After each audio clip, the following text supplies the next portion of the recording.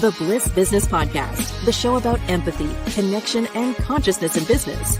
Today's episode is brought to you by Zero Company, your paid search, social media, and programmatic ad experts. Hello, and welcome back to the show. This topic today, I think, was brought up in one of our live guest shows a couple weeks ago. They mentioned radical candor, and I wanted to dive into communication styles. So why not start off there? We're going to jump in and talk about radical candor. I'm Stephen Sakach here with Tullio Siragusa and Ash Maher. Hey, guys. Hello. Let's get radical. Yes, sir. No better way than starting with some radical candor, I guess. Ash, kick us off. Tell people what's radical candor. Yes. Okay. So radical candor is a concept introduced by Kim Scott, a former executive at Google and Apple. At its core, radical candor is about creating a culture of open and honest communication while maintaining genuine care for each individual. So, you're not trying to hurt the person that you're sharing open and honest communication with, but you're still being open and honest with where we stand and what you stand on a project, so on and so forth. The two key dimensions: care personally. This means showing that you genuinely care about the people you work with, not just as employees, but as human beings. It's about building real relationships where people feel valued and understood. Challenge directly, though. So if someone's not doing what they're supposed to be doing, this involves being willing to give honest, straightforward feedback, even when it's uncomfortable. Challenging directly is essential for growth, both for individuals and the organization. Now, you have to be able to balance the two dimensions. Okay, so the magic happens when you combine caring personally with someone with challenging them directly, not passively, directly. The magic happens when you combine the caring personally with challenging directly. It's not about being brutally honest without regard for feelings, nor is it about being so empathetic that you avoid tough conversations. Radical candor is the sweet spot where honesty and empathy meet in the middle. Have you ever said, "Can I be brutally honest"? I mean, Yeah. Maybe stop right there. Wait, no. If it's brutal, no. But you can show. Does it look like this? Man, what's with that shirt? But I love you, bro. Yeah, Ash, you're again, not great. But yeah. Let's dive into this a little deeper. So, there's actually 4 quadrants of communication styles. And so let's talk about them. Kim Scott describes these 4 quadrants that result from how we balance caring and challenging, which is what Ash was just talking about. So radical candor is one of the quadrants, which is care personally plus challenge directly. Then there's the obnoxious aggression, which is challenge directly but don't care personally. Most people are probably familiar with that one. AKA Karens. Ruinous empathy. This is an interesting, where you care personally but don't challenge directly. And then manipulative insincerity, which is they care personally nor challenge directly. Also known as like sarcasm. so let's go. Yeah. So let's go through those and let's dig into them. I think even just by the names, we can kind of figure out which ones we don't want to probably adopt, but let's talk about them because it might resonate with some listeners to be like, oh, I didn't realize that was how I communicate. So radical candor, let's go through radical candor. So this is where we're actually aiming to be, because it involves open communication where the feedback is given honestly and it's received positively because it's rooted in genuine care. This is sort of like the way you would communicate as a parent with your kids. They know that you love them, right? So you're going to care for them, but you're going to be direct about what they need to change. So it's kind of like that, right? Then there's obnoxious aggression. This is, the way a lot of parents communicate with their kids. Is this next one? This next one. Yeah. This is where, parents have had it up to here. So it's like direct feedback without any lack of empathy. Just get this done, that kind of thing. Don't care how difficult it is. Just do it. That might also resonate with some bosses that some of us have had in the past. Oh, yeah. So it comes across as harsh and abrasive, damaging relationships. And, for example, a manager bluntly would criticize an employee without considering their feelings. It's like, What's wrong with you? You always get this wrong, and maybe that person just like lost their grandma or something 2 days ago, that kind of thing. Then there's the ruinous empathy. That is where we care so much about the person that we avoid giving them necessary feedback. This is very common too. It's like you don't want to take the risk of losing the relationship. You might need to give someone feedback. So it's like we might think we're being kind with this one, but we're actually hindering someone's growth. So in reality, consciously speaking, we're not being kind. An example would be avoiding a tough conversation about performance issues. Talk to them about that because I love them and I care for them and I don't want them to feel bad. Yeah. But So at the same time, we're not helping them grow either. So the problem with that too is if you've got that empathy for them, you don't want to address it. Your other employees need you to address things sometimes. So now, if you're not doing that, now you're getting resentment kind of built up in the workplace. So it's you're not having empathy in a way for the other employees too. Absolutely. Right? Absolutely. You have to think of the whole for sure. Yeah. And then, of course, there's the manipulative insincerity. This is probably the one that gets under my skin the most because you could see it right away. It's like the worst quadrant. It's like neither caring nor challenging. It's just someone who's indifferent, like they have no feeling or emotion about anything. It's often results in gossip or passive aggressive behavior. And then, think of like a situation where people withhold information or feedback for personal gain. So it's actually nefarious, this manipulative insincerity, because not only do you not care about someone, you're not communicating anything with them. And in some cases, you hold back because it gives you a sense of power. So that's that fourth quadrant. Now, let's kind of illustrate anecdotally radical candor. I remember a time when I had to give tough feedback to a colleague. I was nervous about it, but I approached the conversation with empathy. Not only did it help them improve, but it also strengthened our professional relationship. So that's just kind of like a story of how radical candor works. It's tough having those conversations, but you think about what's best is to help that individual grow or course correct, which impacts the rest of the organization as well. And then if you do it with love and care, you actually can not only improve the situation, but the relationship builds more trust and intimacy. So you can actually have a win-win all around when doing it correctly. So that's what we're striving for, radical candor. Yeah, and a lot of times we're really leery about going there sometimes. So why are we avoiding some of this? I think, we may shy away from giving honest feedback because we kind of fear hurting someone's feelings. That's obvious. And some of us just aren't kind of equipped with being able to have those conversations in a professional setting. You might not be used to doing it. But I think one of the reasons I wanted to talk about this too is because we're, as a group, switching to that more of that self-managed thing where people are going to have to kind of hold each other accountable more. So we can't worry about not speaking up or, causing a little bit of tension. But we've got to be able to find a way to do that in, some sort of loving fashion. And this would be one of them, is like, hey, let's know we can both speak this way to each other. Because if we aren't doing that, then, we're going to have little problems that can become bigger problems. And like I mentioned before, you get some of that resentment going in there. And then if you're aware of someone's shortcomings and it's hurting the team in some way, if it's not being addressed and you're not used to addressing this kind of stuff, then now you're just going to hold that resentment a little bit, and it becomes really problematic for the team. So we want to kind of prioritize getting over a little bit of that short-term discomfort, I guess, in order for long-term growth.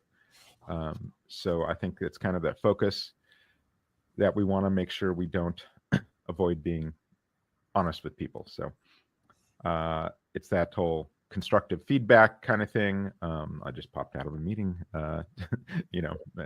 straight into this podcast, and we were kind of doing some of that where, hey, here's some constructive feedback, and hopefully it was taken in a good way because we're all on the same page. We're all trying to get to the same sort of goal. But we do have to be transparent, with some issues at times. So once you can get through that, though, you're going to have a stronger team if you can do this in a loving way, right? Yeah. Because people will feel like, yeah, okay, I'm in it with you. We're in the trenches together on this. We both want to empathize with each other and what our concerns are, and we just want to do the best as we can, in our case, for our clients, but also be respectful for ourselves. So I think, how do we find that balance, between kind of caring personally and challenge directly, what kind of practical steps can we take to? There's one that comes to mind from a previous experience that I just had. And ultimately, I think this is where it becomes challenging. There's one area we didn't touch on, which is there's times where individuals are afraid to give feedback because they're afraid of the reaction from the other person, whether that individual is confrontational, so on and so forth. So I think one practical step is making sure when you're in the hiring process, you're bringing on team members that are receptive to this kind of feedback. If someone is already sort of a problem person and they have a hard time taking feedback from other of their colleagues when issues arise, that could become an issue. And I think, getting through that hump of like wanting to deal with that person's reaction and just having that conversation and how they react, then you respond, right? Because if they're responding in an unstable fashion that doesn't fit the culture you're trying to create, well, then that's a polarizing way of, weeding out who's right and who's not right. And we had a scenario like that where no matter how loving and caring we were towards an individual, unfortunately, their ability to handle the feedback was just not, they just weren't able to do it, right? And their reaction was what ended up being their downfall. But with that, the positive in that is that when we're trying to build a culture where we're building self-managed teams, individuals you want to communicate with, the expectation should be that they are there with you. They are willing to be in the trenches with you, and they are open to that feedback. So they know at least where they stand with you. A lot of employees that come with those positive intentions where they want to work with a company they care about, they love the feedback loop. Without the feedback loop, they don't know how they're performing, if they're doing the right thing or not. So be able to have that conversation. Typically it brings out more positivity. And if the positive thing is the negative person got weeded out of that conversation, I think that's a practical step. Is one, making sure that your team members are receptive, but two, knowing that once you have those conversations, be prepared for who are the ones who are willing to play ball and who are those who are just not the right fit for the team. You brought up that hiring scenario, and that just reminded me of going through an interview process with someone. They're very talented. And for me, though, it was like, okay, if I need to, be kind of candid with this person about something, and I remember going through this with that process, how do I think they would react to it? And would I be able to do it? And would it just be difficult for me to where I would say, like, this is just too hard, to where I start, falling into some of these other quadrants, like we mentioned. And it was like, oh yeah, I could see after a while just getting tired of of doing this with this person. So I'm whereas other candidates to be like, oh no, this was a very easy conversation. It was very fluid and respectful and all that stuff. So it was that person didn't get the job just because I could kind of see that in the middle of that communication process with them. You know what? To quickly just touch on that real quick. It's interesting, when you think about that when you talk to someone who's a business owner and that employee comes, or that prospective employee comes in and they're super shiny, have all the skills, years of experience. Typically, if someone hasn't had that experience of working with someone who believes they are a quote unquote expert on something, if they're not willing to take the feedback when things are going the wrong direction, no matter how much of an expert they were, that ends up becoming a pain in the butt. I'd rather work with someone who probably isn't as maybe skilled, has the skills and competency, maybe not as much as that person, but has the coachability. That would stand out to me more, right? The good attitude elements, right? But that's just a quick touch on that topic. It's like, hey, don't get caught up with the shiny badge of the person's experience. Oh, they've done this, they've done that. Then if you need to have a tough conversation with them, are they able to handle the feedback, or are they all up in their ego, right? And that's the challenge There's actually a way to determine if someone's open to feedback. And there's a question I add in every interview I always do, which is, if you had to give yourself a score of 0 to 10 in terms of how you feel about your self-worth, what would you give yourself? What score would you give yourself? Mm-hmm. And oddly enough, those who typically score 6, 7 or lower will be less open to criticism or feedback or constructive input, because they will get defensive because they're protecting their self-worth from going any lower. So they'll get defensive. Whereas those with a higher sense of self-worth understand that, you grow through feedback. It's not personal. You don't take it that way, because it's not attacking your self-worth. It doesn't matter what you say to me. I still feel, if I have a self-worth of a 10, it's not going to affect the way I feel about myself. So I'll be more open to that feedback. And it's an interesting thing. I learned that actually from World Blue, which is a self-management organization that teaches how to do self-management.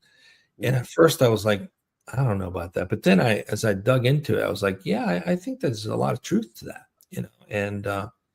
and so someone can have high confidence in themselves, like you're saying, Ash. But when you ask that question, the score they give themselves really reveals where they are consciously. If they're on a low number, they're going to have some problem receiving feedback. If they're on a high number, and then there's always this, like, there's always those people who's like, I'll give myself a 9 because there's always room for improvement, right? And that's fine.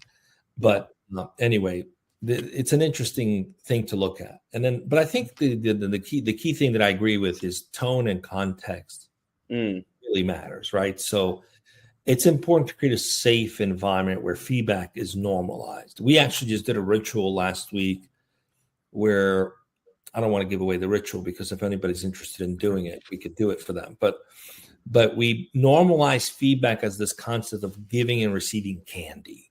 Now, candy is sweet, right? But if you have diabetes, you're not going to take a whole lot of candy. So you might have some limitation in your ability to receive that candy. But the other person's only going to know if you create that kind of a relationship with them, where they know that you can't take all that candy. So the idea is that people can take what you can give them, and it's about normalizing that feedback as a gift, not a criticism. And so that conscience shift really helps. And the other thing is to encourage two-way conversations where the feedback feels less likely to feel like criticism and more like a collaboration. And I'll often say, like, I'd like to see it from your point of view. Maybe help me get there. And through that, you can have a lot of conversation. And sometimes that opens up the door to saying, oh, maybe I'm a little off in my point of view. That's why you can't get there, right? So there's a creative way to get to a place of understanding through a collaboration. But the most important thing, leaders need to model this. So they got to be open to that feedback themselves. Because if people feel like the minute you give them some feedback, whether it's, hey, you think we could do this better? And if a manager or a leader starts to get like offended by that, or like, how dare you, that will not create psychological safety for the organization. So it has to be for everyone in the organization to be open to that kind of feedback. Just the way friends would help each other, right? You just have to think that way. We're all friends.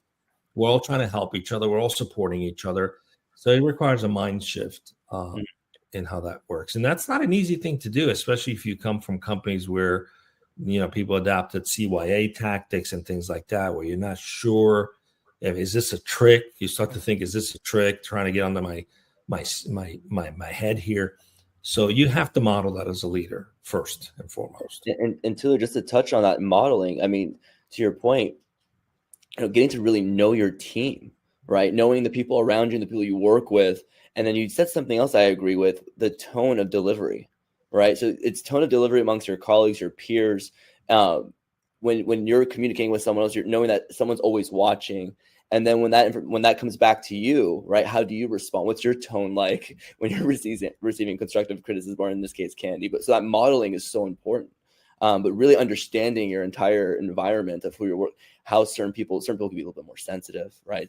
Other people don't want to be more straight to the point. Hey, I don't like you waltzing around, just get straight to it, right? And those are different types of persons. So knowing your team, but again, going back to modeling, be able to receive that back, right? And then knowing that everyone's always watching you, how you're communicating around you, that creates an environment. And there's so many opportunities to do that, even as simple like, oh my gosh, I messed up, guys, but I'm fixing it, or I need some help fixing it.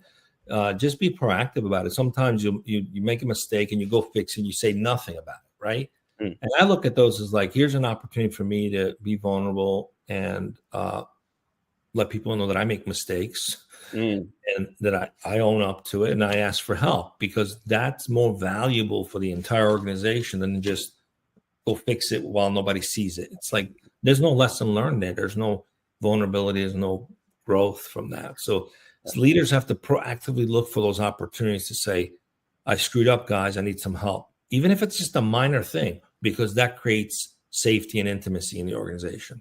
Yeah.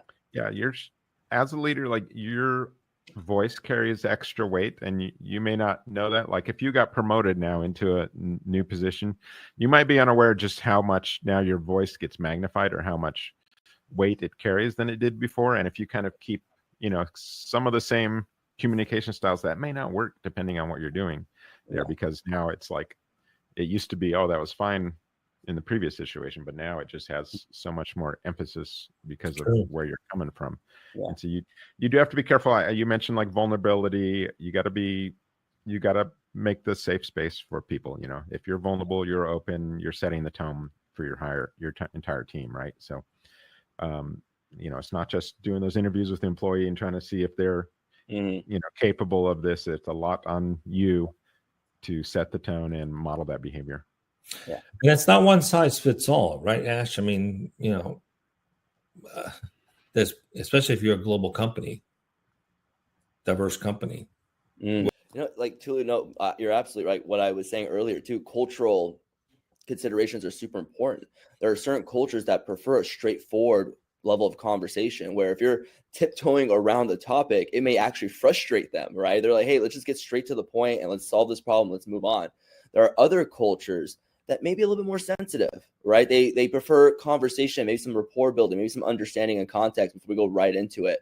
Maybe a tone shift, maybe being a little bit gentler. But being aware of the environment you're in is so important, because you could be completely off. If you're a commander type of personality and you have a certain type of tone and you're not willing to waver, right? Well, you can go into an environment where you just offend everybody around you, and that makes it really hard to get initiatives done. So in a global scale, you have to almost become like a chameleon in the sense of understanding how people want to be communicated with, understanding how different cultures will be able to, how they are with each other, right? Like, for example, I understand with the Russian culture, honesty, loyalty was a big part of their culture, right? Because of challenges they've had in the past. So it's understanding that when you go in, you're communicating with someone that comes from a background like that, being very straightforward, very honest, very transparent is something that they appreciate, right? But that's one culture. There's so many different cultures. I know with the Persian culture, we're very big on hospitality. If you come straight to the point, we start to think you have an agenda. You don't actually care about us as individuals. And then we start to push you away. We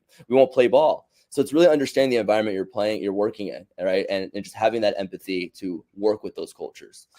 Well, I mean, the point is, these are not easy conversations. They're difficult conversations, and it requires preparation. You can't just wing these kinds of conversations. So you got to know what to say and how you want to say it. And that requires some homework. The other key thing is focus on the specific behaviors that you want to address, not the personal attributes. I know, for example, with my own kids, if I don't address the thing they did, very explicitly focus on the thing, they will begin to internalize my feedback as I'm a bad kid, right? Just because you did this thing doesn't make you a bad kid. It's just this thing we want to work on, right? So that takes some preparation based on the individual, and also to listen actively to how the other person responds and give them an opportunity to share their perspective. The goal here is to have a collaboration, not to be someone in a position to make the correction. That's also a consciousness shift. Like, your job as a leader is not to correct. It is to collaborate towards getting alignment towards what's critically important for the business, right? And for the individual. So if you come at it from a place of, how can I collaborate with this individual to help them on their terms, versus how can I just correct this individual? Correction is punitive, whereas collaboration is about coming to a common ground together, helping the individual get there on their own terms. That's a lot more powerful and longer lasting than just making a correction, because they might adopt the correction in the moment, but they don't own it. So you got to help the individual get there on their own. And that requires conversation and a lot of empathy and some patience to be able to have that conversation. Yeah, let's dive into that empathy portion of this. So we've kind of discussed some of the basics of radical candor here.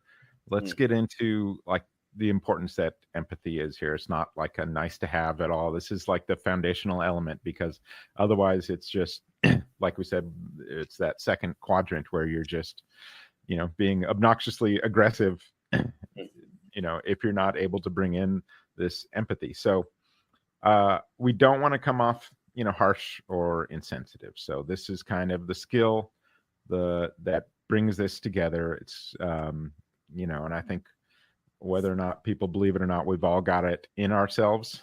Some of us just have to work a little harder to pull it out. But this kind of ensures, that our intentions are understood and that the feedback's going to be received positively. So, Ash, how do you think empathy enhances our ability to give and receive honest feedback? Like, what are some of the ways we can ensure empathy is at the forefront when we challenge directly? It's odd for me. This comes a little bit more natural, the caring personally for individuals, right? And it's because I felt, through my journey, no one really took the time until more recently to care personally for me, right? So I always made an initiative to do that. Now I'm really grateful these days that I have a ton of an entire tribe around me of people who care personally. But when you take that time to really care personally for someone, to care about their well-being, care about their success, it shows in that communication with that individual. They sense it, they feel it, right? Again, there might be, I have had experiences where the caring personally wasn't reciprocated, right? And then that goes back to, knowing that this is a very polarizing conversation. If someone isn't the right culture fit, well, at least you did your part. But when you take that personal approach to it, like, hey, I really want to see this individual succeed, and I'm going to do whatever it takes, then you naturally tend to adjust yourself, and that person tends to receive that. They feel it. They feel that energy of reciprocation. Like, hey, this person really does care. Therefore, I'm going to try to care. Another thing you could do is understand your individual team members. Everyone has their own motivations, their own challenges, and communication styles. Taking the time to understand these nuances allows us to tailor our feedback more effectively. Everybody is different. We're all, not in a negative context when I want to say we're snowflakes, we're snowflakes in the sense that we're all different, right? Every person has its own communication style that they prefer, and you have to just be able to understand your team. If someone has a commander style, right, then maybe that straightforward approach is what they prefer. You come at them straightforwardly, right? You don't want to go there tiptoeing around conversations that are challenging for that person, because that could actually cause more frustration. Hey, you're being passive. Why don't you just tell me how it is? Whereas someone else might be a little bit more sensitive. Maybe they're a creative on your team, and typically creatives tend to have a more sensitive personality, right? They care more, they feel things a little bit. That's why they're able to make the most compelling ad copy or the most compelling advertising or content and so on. So knowing that individual might be a little bit more sensitive, you don't want to come in and beat them up because they were a little bit off on a topic, or they weren't, in terms of performance, it didn't hit the mark that you wanted them to hit. You could come into that conversation with a little bit more love, right? And then lastly, understanding ways to show, engage in active listening. So these are some practical ways that you could actually really work with your team. Engage in active listening, give your full attention without planning your responses. Ask open-ended questions to encourage sharing and show genuine interest. And lastly, acknowledge their feelings and perspectives before offering your insight. I think this is huge, right? When you're going out there and asking these open-ended questions, getting people to communicate, acknowledging their communication instead of right away giving your insight on a topic. Sometimes it may even come off like they were wrong. They gave the wrong answer because you wanted to immediately jump in and give your feedback. Maybe just taking some time to acknowledge, hey, that's an interesting perspective. Here are my thoughts on this subject, right? You know, the other thing that's interesting too, when you said something about like why, you know, like talking about something that didn't perform well, perhaps it was a little off. Yeah. And I think there's this mindset that if you're a leader, you have to always maintain this sort of a authoritarian stance. Mm. And so we might come across as like, well, you made a mistake. That's why the performance was off. Instead of, hey, I'm curious why the performance wasn't so great here. Maybe you can give me some input, because maybe you can humbly be open to the possibility that your target was off, not the actual copy that the work was done. So there's a shift needed where you don't think you have to be the one who's in the right all the time. And that's something personally for me I had to learn, right? Because I was raised in a leadership mindset of once you become the boss, then the boss is always right, right? And that doesn't create intimacy, and more importantly, it doesn't create trust. And once I opened myself up to being more humble, to saying maybe they did their very best and I'm not seeing it fully the way I should see it. So if I go collaborate with this individual and I can learn something from them that I can adapt, and we can make adjustments together as a team, that usually creates more innovation. And for me personally, I've also realized when people first get to know me, they immediately think I'm intense or scary. And, you know, over time they realize, oh, this guy is not that guy, right?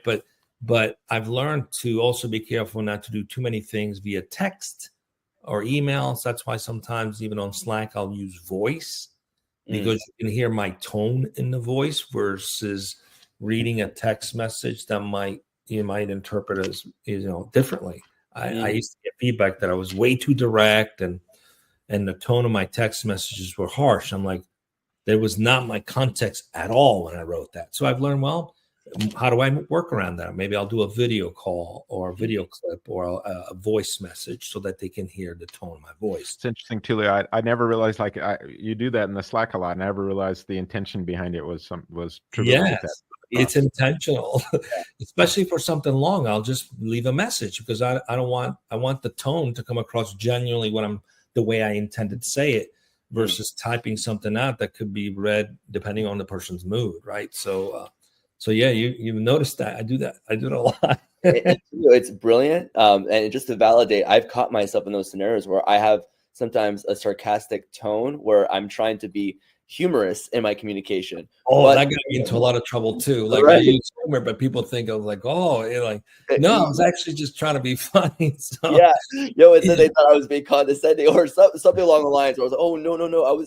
I should have just give you a voice memo. If you heard my tone, you would know I was joking and it was funny. No, right. But that's the point of humility, is realizing that not everyone sees things the way you see it. So what you think is funny, someone else might find offensive. So just being open to that and adapting, and what I have found works best is just take a collaborative approach. You know, like, hey, what's going on? Who made this decision? Okay, maybe could we do it a little different next time? Because it maybe didn't create such a good experience for the person. What do you guys think? It's such a collaboration kind of a thing. And I have to tell you, that helped. Moving to California from New York made a big shift. It was a big help for me too, because as an ex-New Yorker, New Yorkers tend to be very direct, right? Yeah.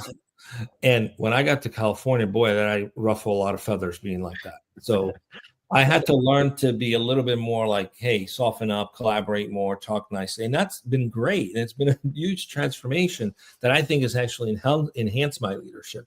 And now being back in the East Coast, I'm like bringing some of that here. And I'm realizing there's still people who are direct. And I'm like, I don't want to ever go back to that direct person. But if I have to, I still have it there. It's in the memory bank, right? Yeah. But, you have to be adaptable. And that's the whole purpose of empathy is putting yourself in the other person's shoe. Mm-hmm. And so earlier, we also said you have to get to know the other person. So maybe don't quickly come out blazing for the minute you start in an organization as a new leader. get to know the people first a little bit before you start making comments, because you can alienate a lot of folks in that process.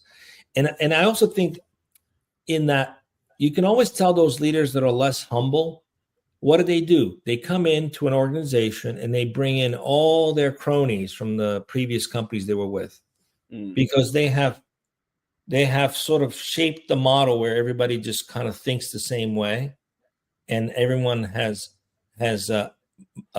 adapted themselves to that leader. So rather than the leader being humble and adapting him or herself to the new environment and figuring out how to get the best out of those people, they get rid of all the people and bring in their old cronies. And I think that's a shame, because that leader is actually not growing. They haven't grown as a leader. But that's a whole nother topic for another time. Just pausing there, though, one of our core values is it combines, it's humble excellence, basically. It's like, yeah, we want to be excellent at what we do, but we also want to do this humbly, because, we're not going to get full of ourselves. And in marketing, everything is fluid and changing all the time. And you may be flying high at one point, but your next client, you will be humbled really quickly. But it's this concept of, like you mentioned, being open to learning. And so, yeah, we praise each other. One of our core values is with that humble excellence, and it's always there kind of in front of people. People choose that one a lot when they're giving like peer-to-peer gifts to each other. You just see that a lot. So I hope, it's front and center with everybody, and they embrace those two sides of that coin there. All right, so let's just briefly summarize those 4 quadrants again. So radical candor, that's the care personally, challenge directly. This is what we're aiming for and what we've been talking about. Avoid that other quadrant, the obnoxious aggression, where you challenge directly, but you don't care personally. That's, I think, the default mode for a lot of people.